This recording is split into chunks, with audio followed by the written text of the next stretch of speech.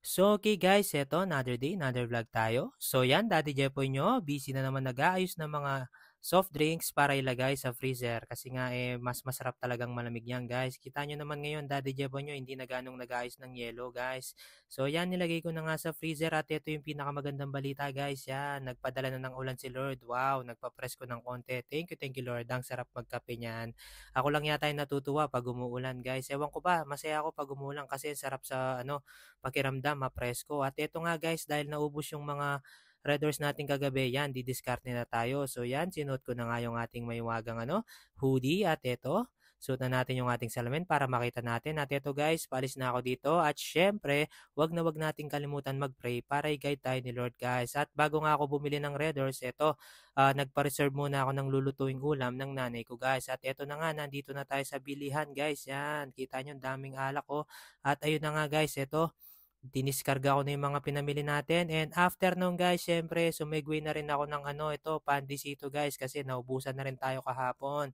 And ito, kinuha ko na rin yung pinreserve nating lulutuin. At ito, nandito na ako sa bahay. Kita nyo naman yung nanay ko, nawili na yata sa paglalaba. Lagi siya naglalaba ngayon kasi napaka-easy na lang daw. Halos nagsasampay na lang siya. At ito, dinidiskarga na namin yung tatay ko, yung mga pinamili kong konting alak. Yan guys, tuloy-tuloy lang po tayo at wag po tayong susuko mga kasari. Everyday grind. At ayun, afternoon yan, kita nyo naman, biglang dumating yung delivery ko ng ice tube guys.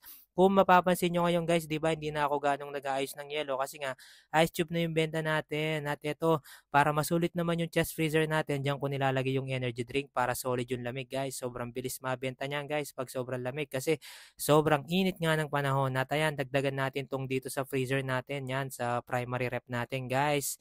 Yan, kita nyo naman, di ba? Nako, ang sarap niyan mamaya. Ayan, syempre, wag nating kalimutang mag-ayos. Yan, after niyan, ako na rin yung nagliligpit ng mga pinaggamitan natin, guys. Yan, tuloy-tuloy lang tayo. Yan, nakakarami kami sa ako ngayon dahil sa sa ice tube. So ginagamit namin lalagyan ng basurahan yung guys. At hindi pa doon nagtatapos, guys. Yan.